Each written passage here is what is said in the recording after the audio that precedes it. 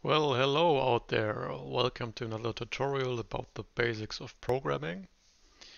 Today we're going to talk about pointers. Pointers are a topic that is often very confusing and complicated for beginners, but even more advanced intermediate level programmers. And I will do my best to illustrate the topic as simple as possible. As always, using Golang as our favorite language here. And as you will see, it's not that difficult to understand.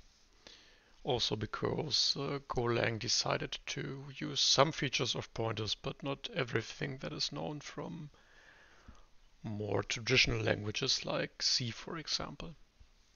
So let's jump right into it.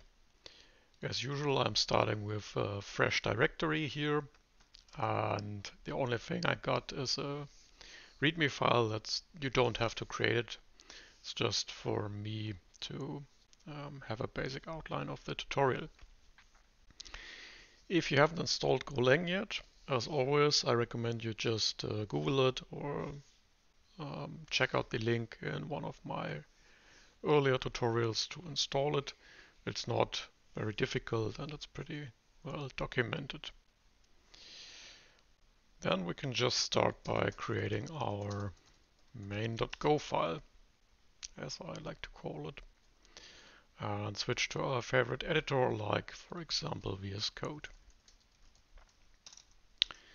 I call my package main and I'm importing the FMT package to make sure, by using the main function and printing something, that my basic project setup works.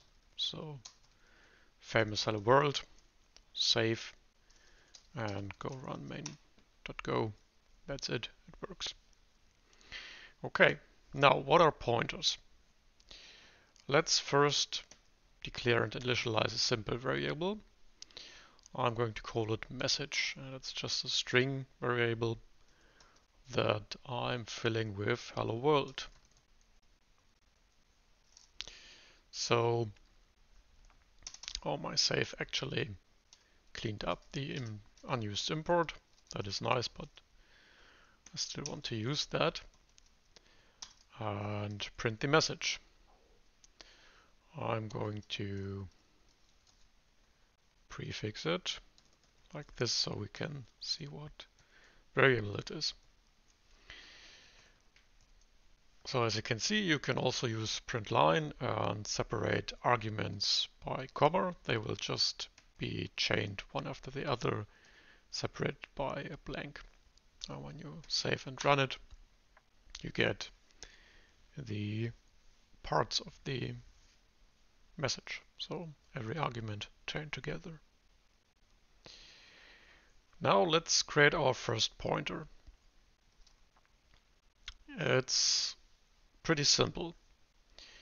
You create a variable like we often do. I'm going to call it message pointer.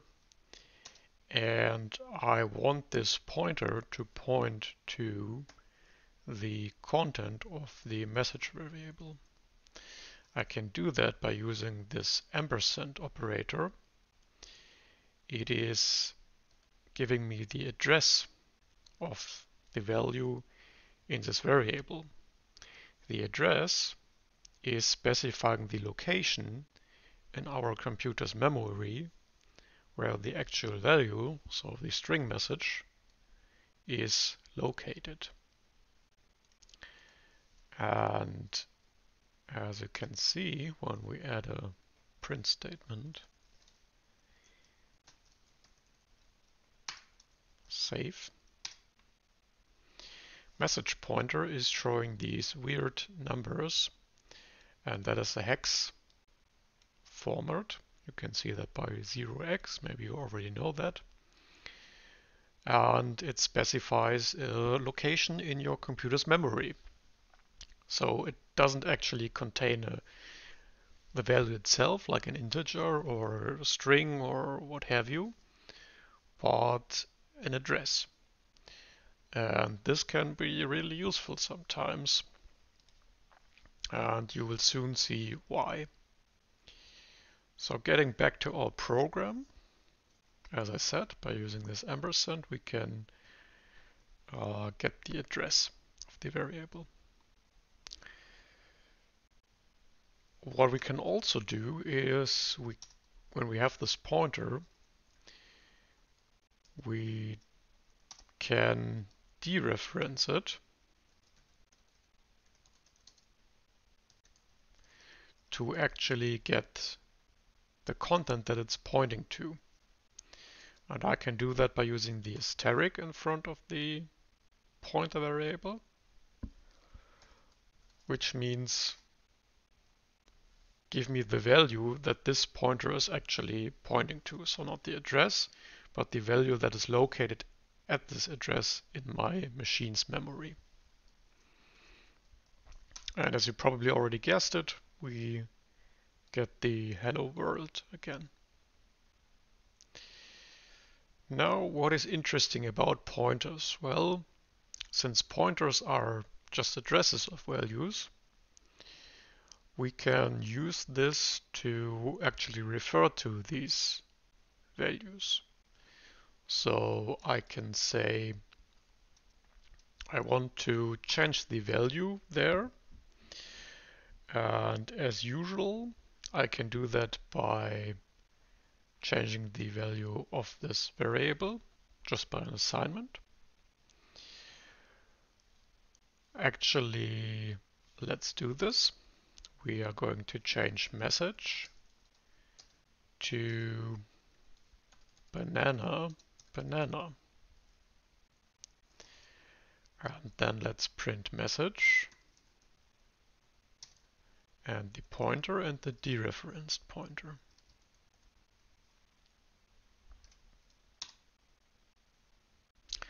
And we can see several things here. First, no surprise, our message variable changed its value. You already know that, probably, also from my earlier tutorials.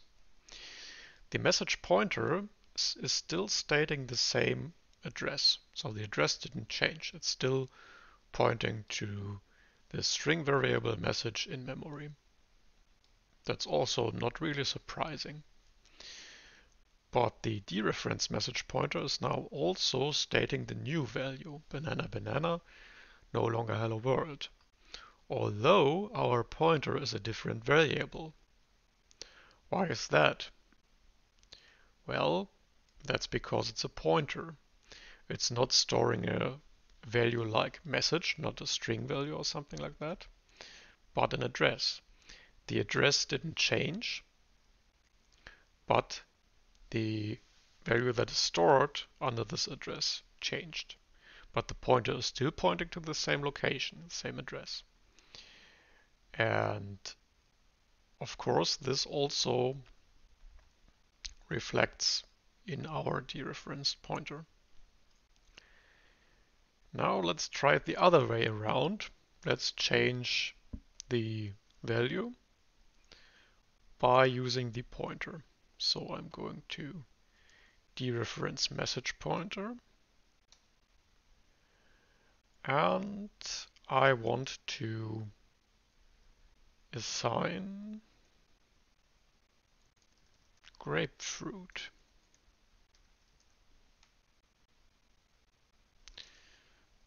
So let's see what happens with our variables.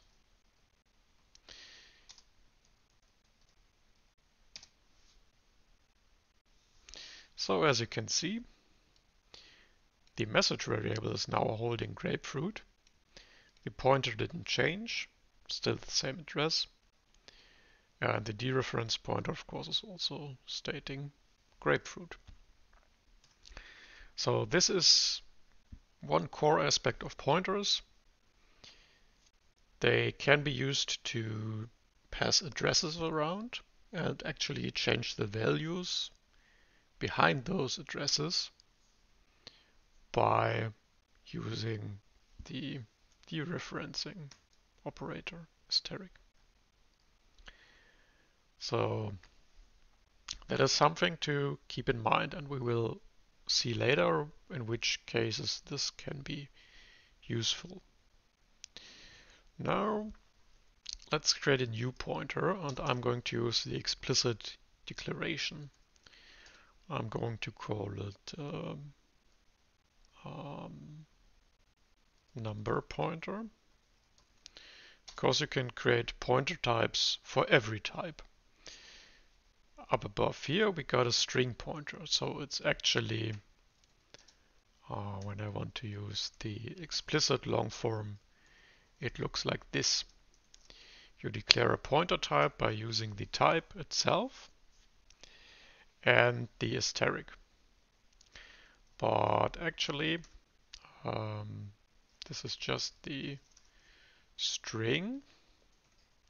This is the pointer, right? So my mistake, sorry. This is what we want our pointer to look like.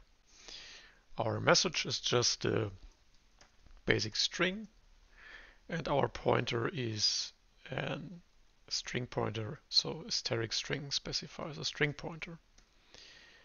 And yeah, this is pretty much how it's done.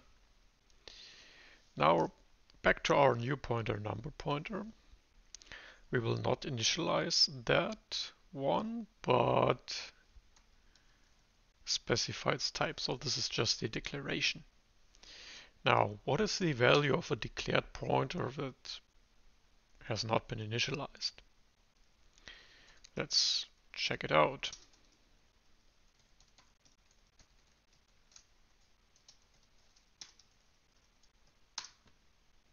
As you can see, it is printing nil.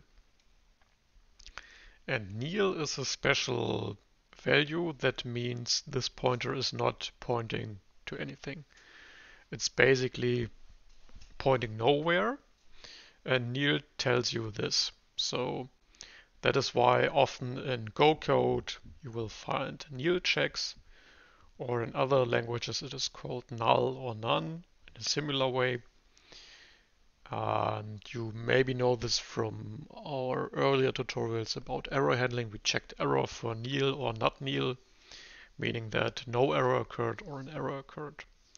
So it's a special value that is pretty useful, and it is valid for pointers only. So a string, for example, in Golang cannot be nil or an int. It has a default value like the empty string or 0.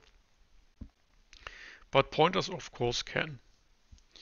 So I can now actually assign, let's declare a variable, we call it number, it's 42.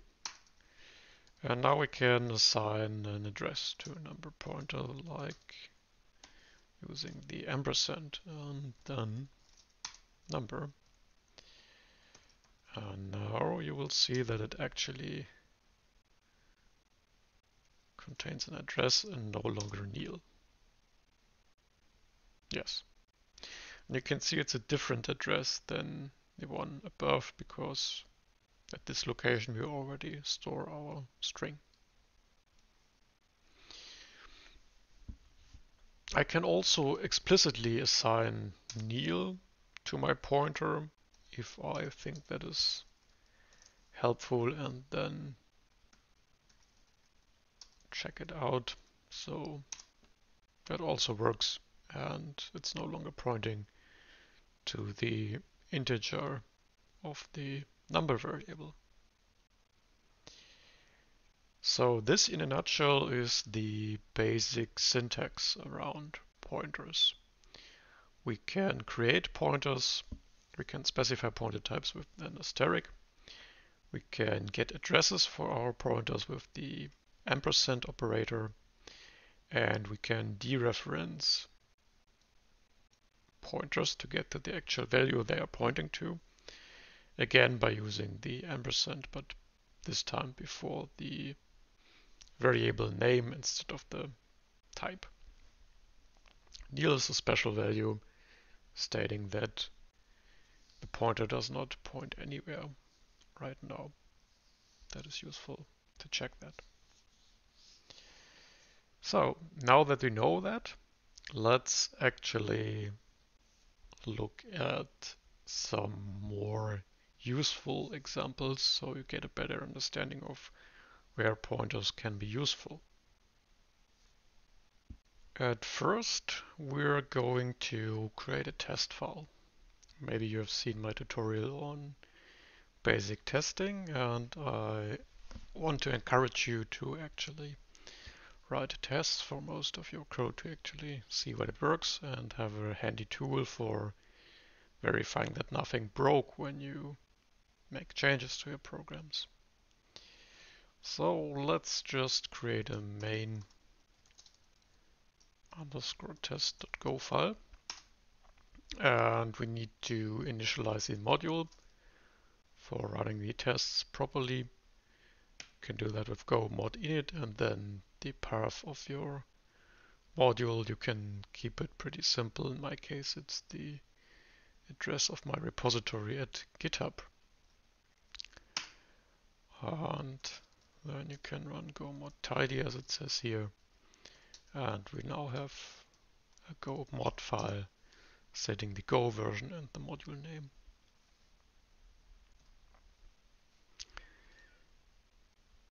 Let's write a little function for illustration purposes. And we will call it swap naive. The idea is that we have two integers. I'm going to call them left and right. They're both ints. And we want to swap them.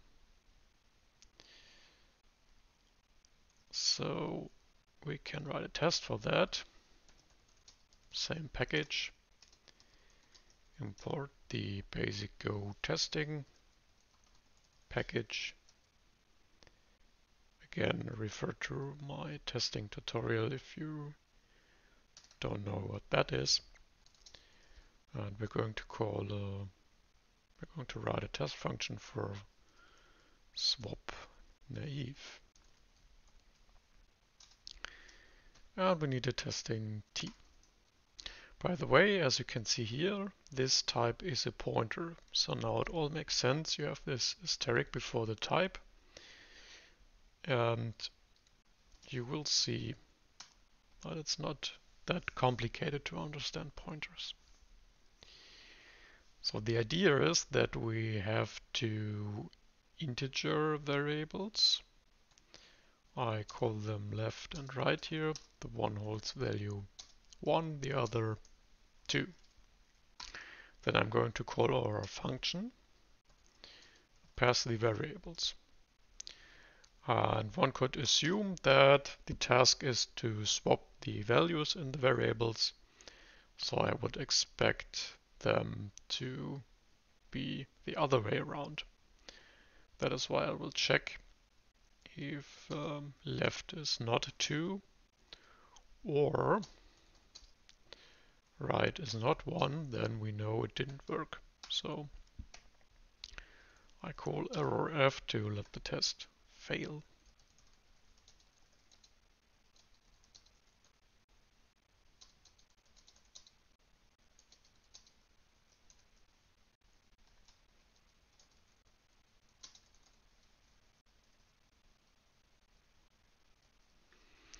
And let's see what happens. We can call go test. I usually use the v flag for more detailed output. And it fails. And as we can see, it's still 1 and 2. Of course, you can say we didn't implement anything yet, so we did the test first way or test-driven development. So let's actually implement our logic. And one could assume that I can just say left assign right, right assign left. Now that will probably not work because when we override left with the value of right, then left already contains the former right value. And of course we can't use it then anymore. So the usual way to do this is to use a temp variable like you use temp to store left, the old value of left, to remember it before you override it. Then you override left with the right value, and temp contains the old value of left, so you assign temp to right. Simple enough, right? Let's see if it works. No, it doesn't. We still got the original result 1 and 2. We're scratching our head. Let's actually put a print statement here to verify what happens.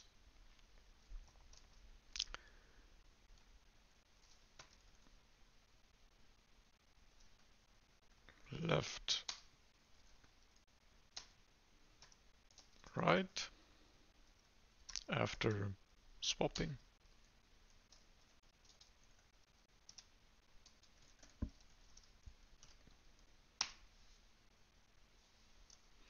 And as you can see, left 2, right 1. Looks good from that perspective, but our test check says it still has 1 and 2. Why is that? Well, the reason for that is when we call this function with our variable values, the values are copied to the parameters of the function. This is called call by value or pass by value. So this won't work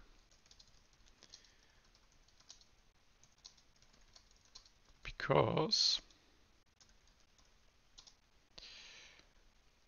arguments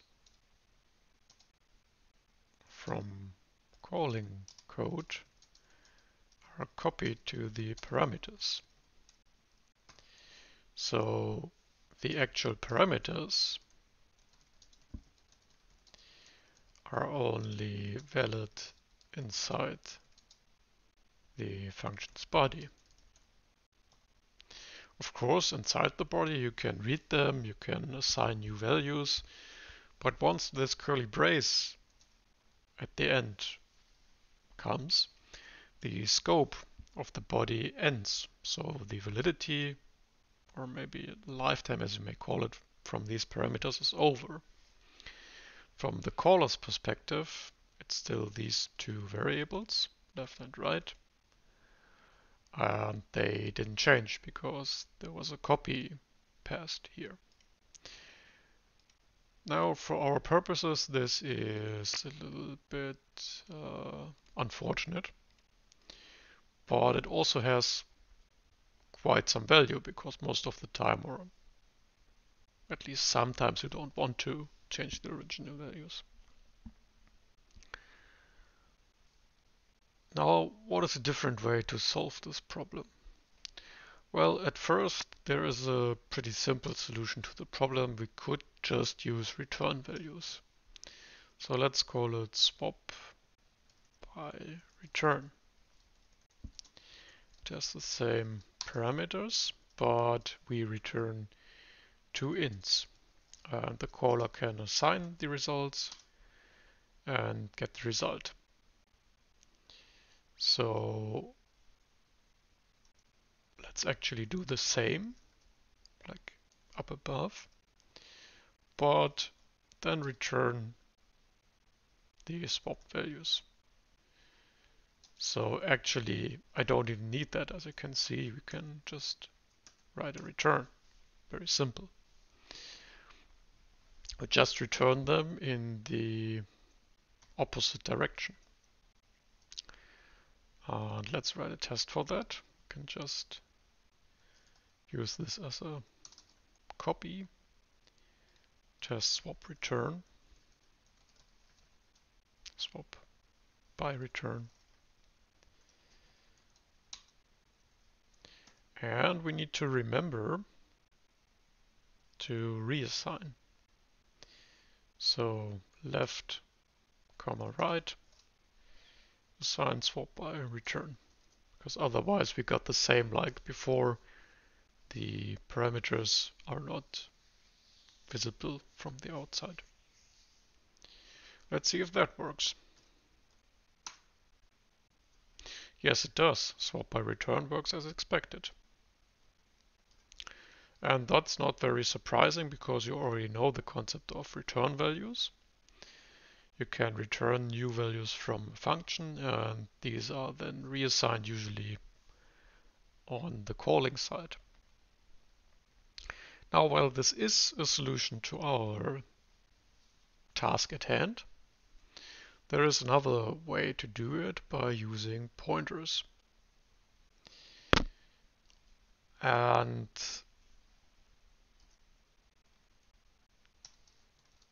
remembering this return solution,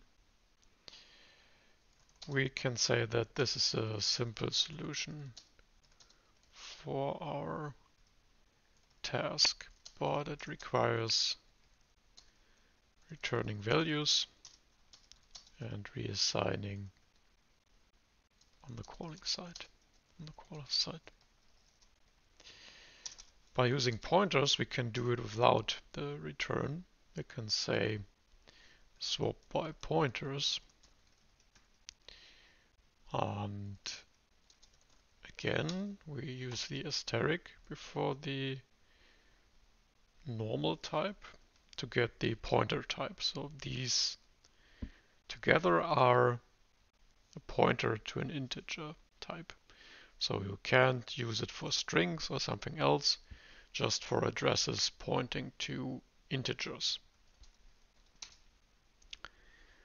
And what we can do now is we can use temp to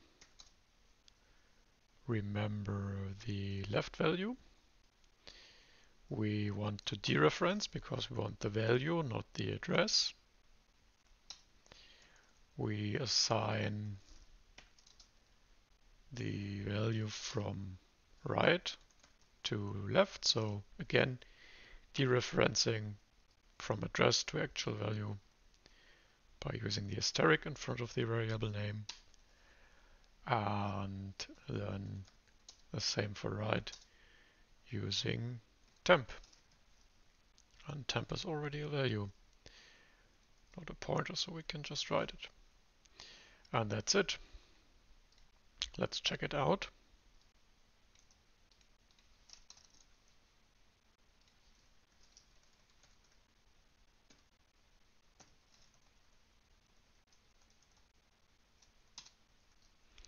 We don't have return values here. We just pass left and right.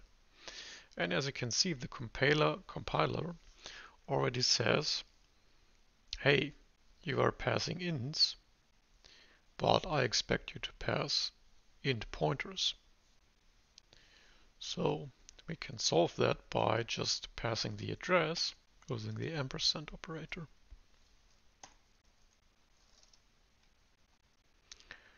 Our check can stay the same. Run go test. And as you can see, it works well without having to reassign or return anything. Why is that? Well, we are passing pointers. Pointers hold addresses. This is still call by value, and that means upon calling this function, the addresses are copied. So we are passing copies of the address, but this is okay for us because these addresses are still pointing to the same integer variables that our caller has passed.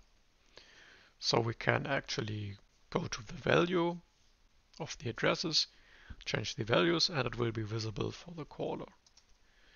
So by passing addresses in the form of pointers,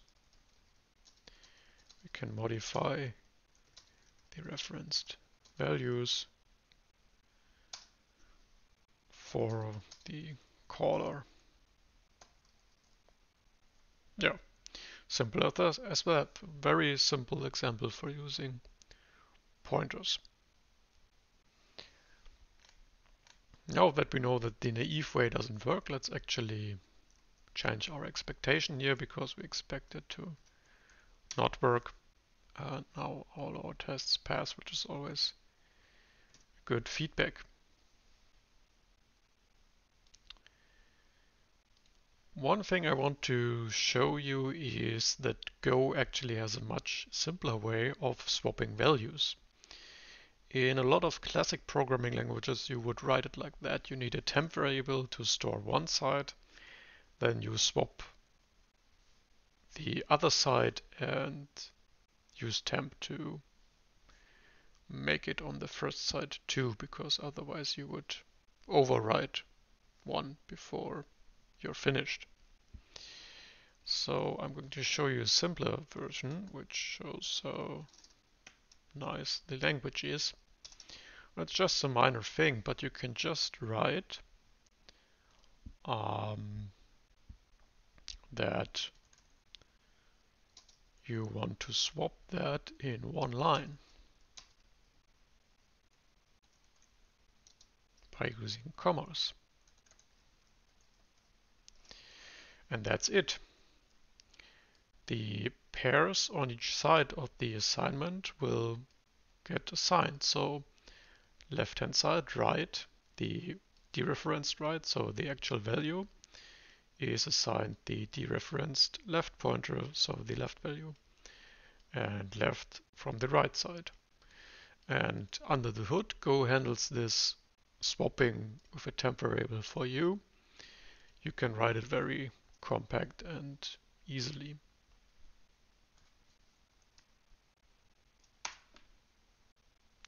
And as you can see, since we have automated tests, it's very easy for us to check that it still works. Next, let's have a look at some other types. I already told you that you can use pointers with any type. That is true. But there are two types where we should talk about the usage of pointers in more detail. And these are the basic data structures in Golang that are slices and maps. In one of my earlier tutorials, I introduced you to these data structures, so if you don't know them yet, feel free to check that out.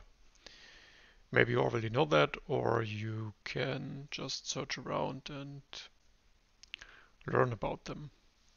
A slice is basically Go's built-in list type. So when we want to swap the first two elements in a slice,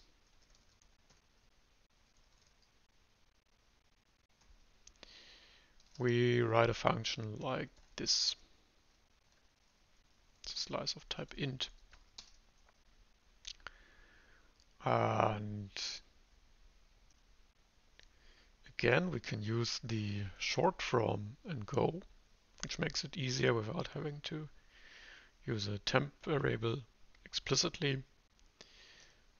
First, let's check if the length is actually sufficient. So we only do this if we have at least two elements.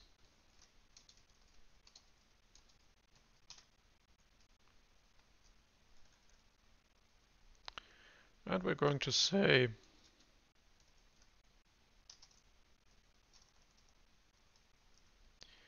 that we swap the assignments.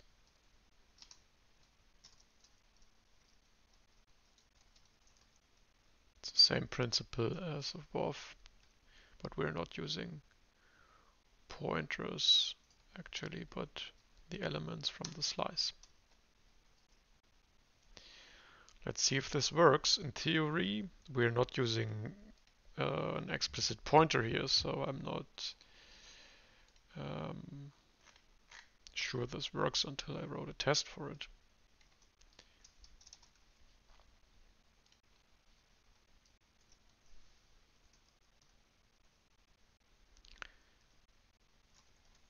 Swap first elements slice. And we create on a slice.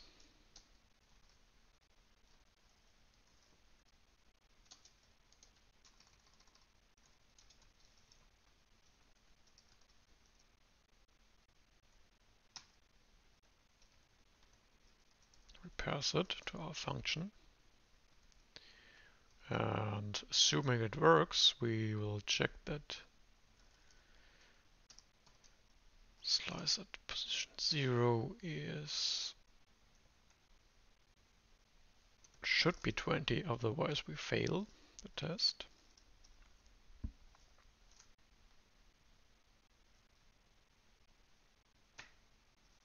And the other should be 10. Expected slice elements 2010, but got others.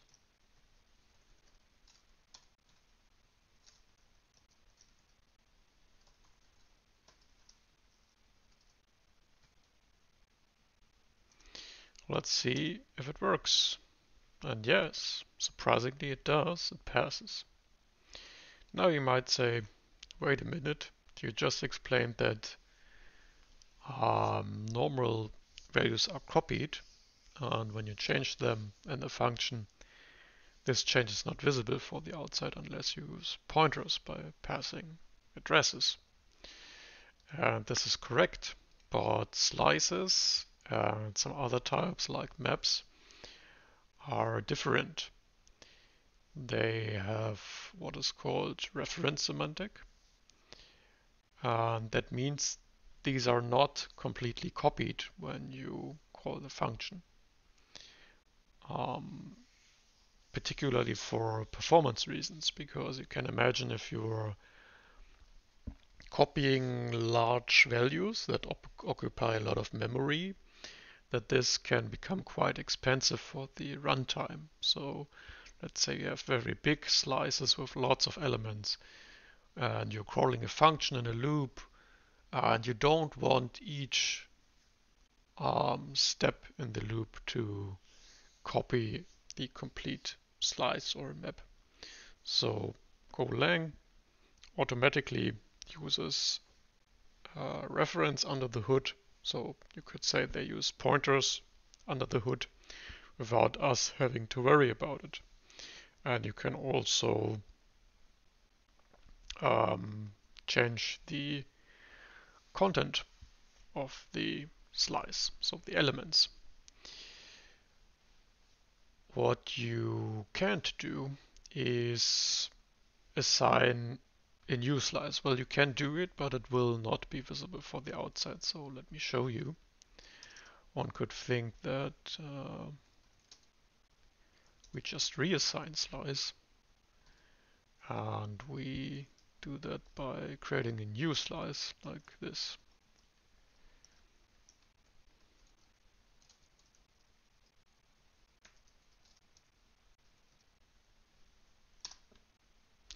And it fails. It didn't change. Again, the reason is that the reference to the slice is copied. So it's like similar to pointers.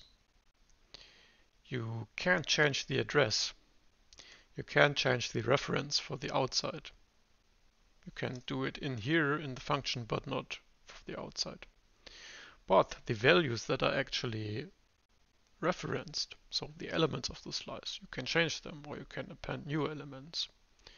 So this is very similar to pointers. So for us, it's just important to remember we don't have to worry about passing slices as pointers. By the way, what you can do, sometimes it's useful, you can of course store pointers in the slice or in the map. That would look like this.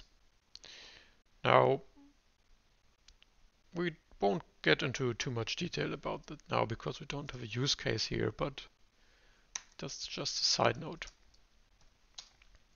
We're just remembering that slices are passed as references, pointers under the hood. Hence we can change elements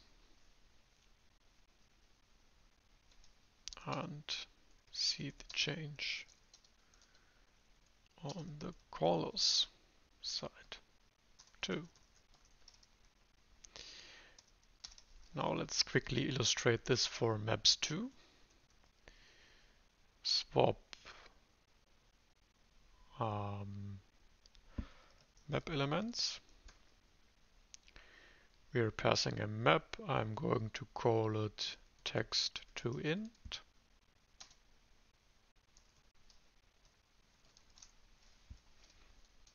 We pass two key names. Let's call it key 1 and key 2.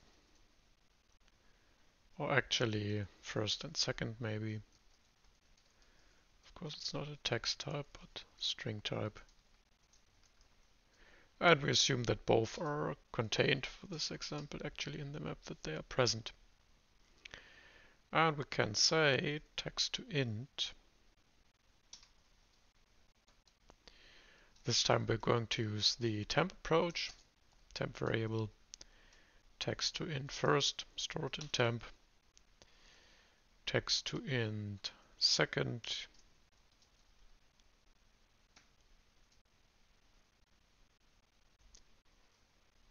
No, let's just assign first. From text to int second. And then text to int second temp. Let's see if this works.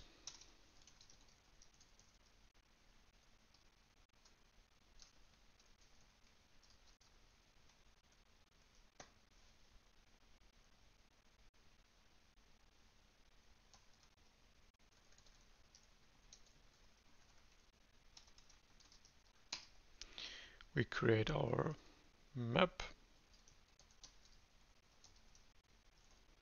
inline like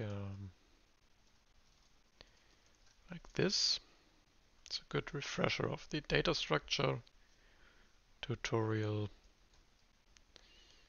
And I'm going to say apple 10, banana 20.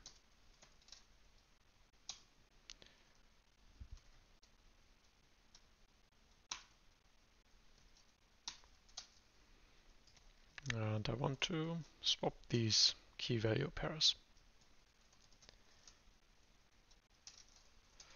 Now I expect text to int to have 20 for apple. So if it's not 20, we will fail the test. Or if banana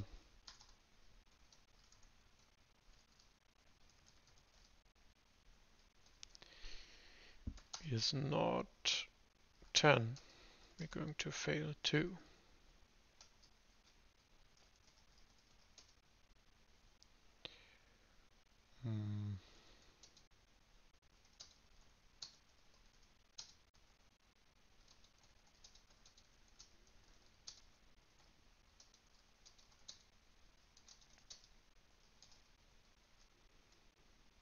Like this.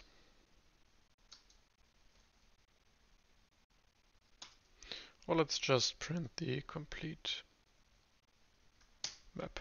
That's okay in the error case. Check if it works. And yes, it does. So as you can see, slices and maps. Pretty simple.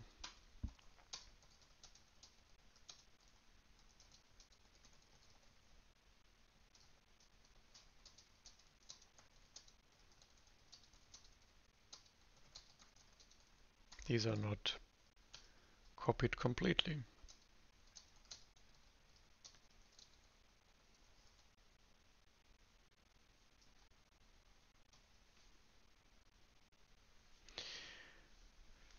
Finally, let's have a look at struct types. Maybe you already know structs. I showed them in one of my earlier tutorials about the text stats for counting words.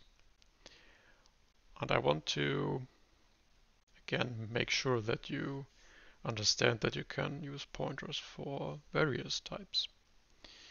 So let's create a simple struct type. It's type. We are going to just imagine a type for storing player information of maybe a role-playing game. So I'm going to call it player. It's a struct. And it has a name field, which is string. And the level, which is int. So you can store the name of the player and the current level. It gets higher when the player reaches new strengths. This is encapsulated in the struct, so we want to bundle these two fields in a new type, composite type. That's what a struct is for. Now we're writing a function, level up, and it gets a player parameter.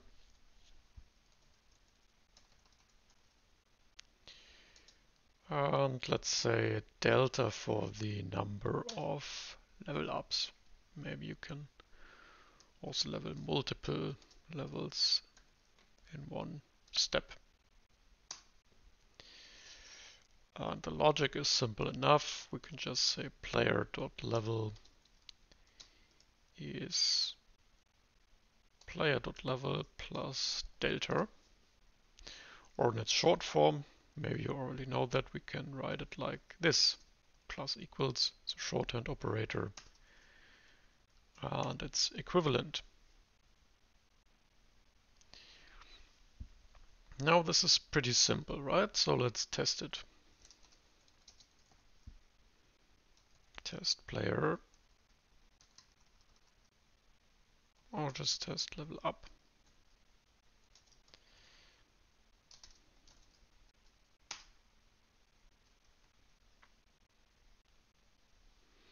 So we create a player. Just a little refresher on how to create struct instances. We use curly braces. And we can imagine a name like, what is a good name for a hero?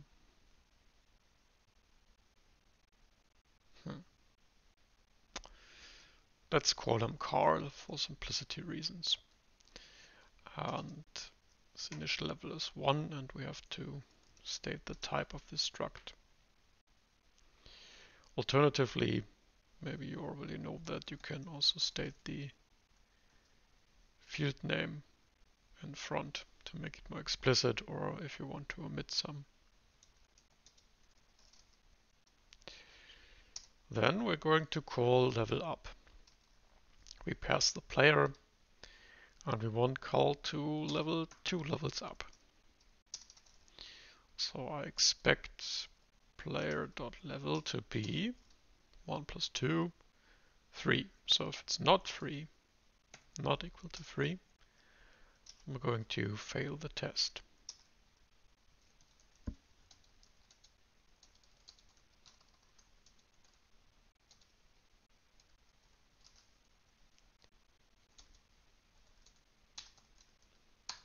So what do you think? Will it work? Let's find out. No, it doesn't. It's still 1. And the principle is the same. We pass a struct value to our function. It is copied, so we have a new instance of the struct here. Yes, we are assigning the new value. You can see it if you print it like this.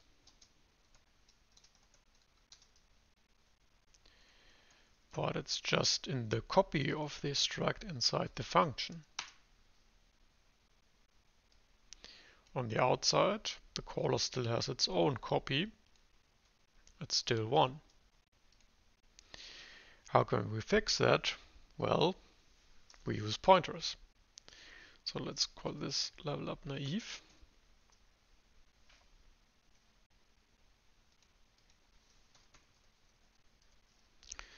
And we write the same with a pointer parameter.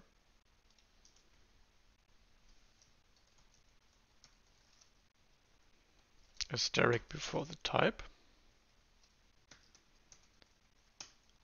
And one thing to note here is that Go makes it actually very easy. You don't even have to dereference. So although player is a pointer, you can immediately write dot level and assign the new value. If you want to make it very explicit, it's basically like this. We dereference the pointer to get to the struct value and then to level, but you don't really need that. Go is smart enough to figure that out for you.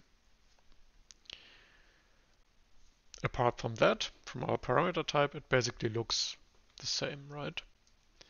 So let's see if it actually works. I'm going to copy our test code.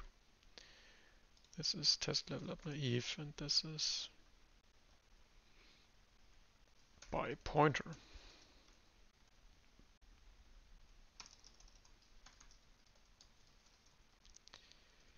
So here we already saw it's not free. We already know that. We expect it to be 1 now. Let's see if it works here. Again, note the compiler is making a distinction for the types. It sees that the function expects a pointer to player, so the address to the struct type, not the struct itself. And we satisfy the compiler by getting the address of the struct, passing a pointer. Now we run our test and it works beautifully. So again, as you can see, doesn't matter if it's a simple type like an int or a string or a struct, the semantic for pointers is the same. Keep in mind the special case for maps and slices where we already have reference semantic and can change the elements. This is a pretty basic set of rules for using pointers in Golang. One final thing I wanted to show you is that from some classic low-level languages like C, maybe you know the term pointer arithmetic. Pointer arithmetic means that you can actually do arithmetic operations with your pointers. Like I can not only assign pointers, but I can also say things like number pointer plus plus or number pointer plus 10 or something like that. That would mean that I move the address to another address. I can actually run over memory locations to do certain things there. That is possible in more old school low-level languages like C and C++. It's very powerful, but it has shown to be very prone to errors, and there are even very experienced programmers tend to write a lot of buggy code when using these features. So the developers of Golang decided against it, that they don't want to support it. Actually, quite a lot of more modern languages, also like Python, Java, and so on, don't offer pointer arithmetic or pointers at all, but maybe they have some partial concepts like references and so on. So this is what the compiler will not allow.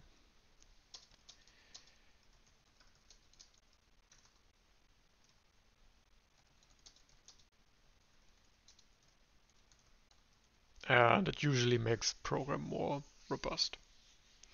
So you're using pointers when you want to modify values in functions, or as we were going to learn in a later tutorial, methods. Then pointers are very useful.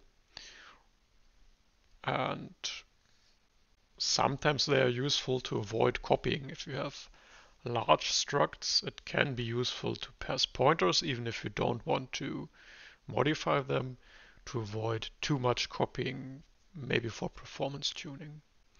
But in general, it's a good idea to stick to the rule, do I just want to read this value? Can I use return values? Then normal value is totally fine. Copying it is fine. If I want to modify it for the outside, or it's very performance sensitive, or maybe my library needs it that way, like the testing type here, then I just use a pointer. And it's pretty clear and straightforward in Go. There's not much to it. You learned about the operators for getting a reference and for dereferencing. And it's not a big deal, as you've seen. So let's look at our content topics.